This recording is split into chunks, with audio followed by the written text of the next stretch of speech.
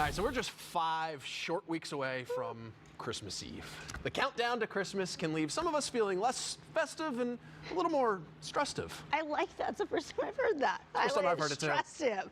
One productivity expert says sometimes doing less can actually mean more. And joining us with tips on letting go of the holiday hustle is the author of The Joy of Missing Out, Tanya Dalton. Thank you so much for being here on a Saturday morning, waking up, seeing our new set. If we take some items off the to-do list, this is my issue. Aren't we missing out on the holiday magic? How do we fit it all in but be less stressful or stressed?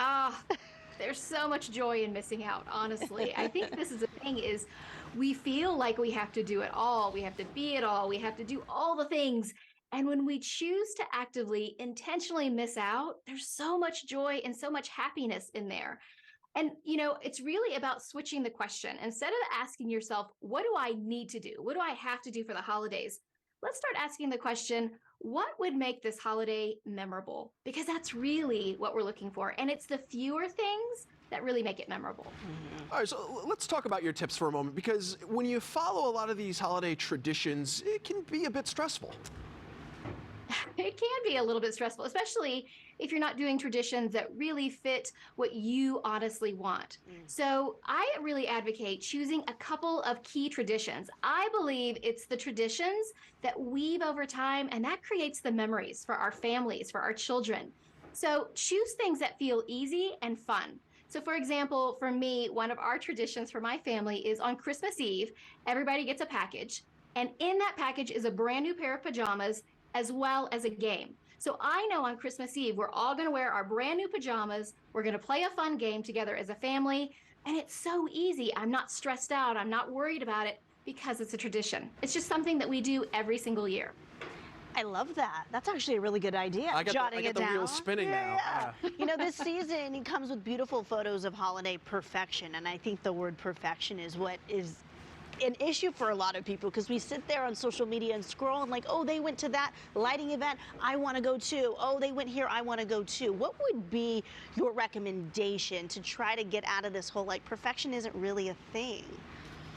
Yeah, well, really, let's accept that perfectionism isn't really the goal. If our goal is to make the holidays memorable, it's not about having the perfect setup or the perfect tablescape or the perfect, event.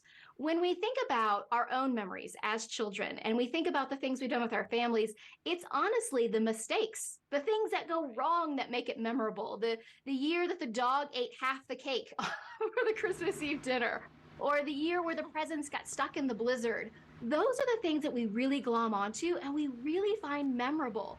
And a lot of times, those are the stories we go back to again and again in our family archives, and we tell those stories, not how it was perfect or not how it was beautifully done, but really the things that went wrong and how much we laughed and pulled together as a team to make it happen.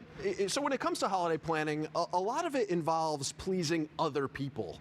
So how exactly can we still please them but limit the expectation? Yes, well, I love this question because we do live so often to everybody else's expectations, which is a lot of times why we're doing traditions that we don't really love, or we're going to all the holiday parties, or we're saying yes to everything. We struggle with that January through October. So when we hit, Thanksgiving and Christmas time, it really starts to hit us, this idea that we need to say yes to everything. So here's what I like to tell people. It's not about saying no, it's about finding your yes. What are the things that you really want to do?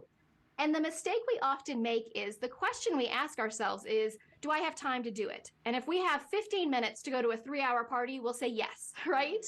But asking ourselves whether we have the time isn't really the first question. Let's ask ourselves first, how do I feel about this activity? Do I feel excited? Do I feel like this is something I want to do? Or is it something I dread?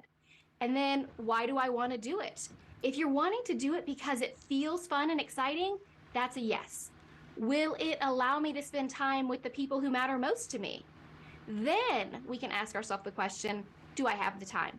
Don't start with whether you have the time or not. Let's first dive into, how does it feel? Does this feel like something I really want to do that I'm excited about? Then we can ask about the time. Joy. Does it spark joy? That is the big takeaway from this. Tanya, you're turning fear of missing out, FOMO, on its head and saying it's the joy of missing out. Thank you so much for being here with us this morning. I hope that helps someone out there on this Saturday morning. Tanya's book, The Joy of Missing Out. You can get all the information on your screen now. For more information, head to TanyaDalton.com. I like that. JOMO. JOMO. JOMO. No FOMO. I have JOMO. I do. When I do have JOMO. Oh yeah, when people are out till midnight and I'm home in bed all warm. You've texted me before, like, how are you out right now? Yeah, I'm no. getting ready to go to bed, and that's yeah. great. Yep. 2 weeks time. JOMO.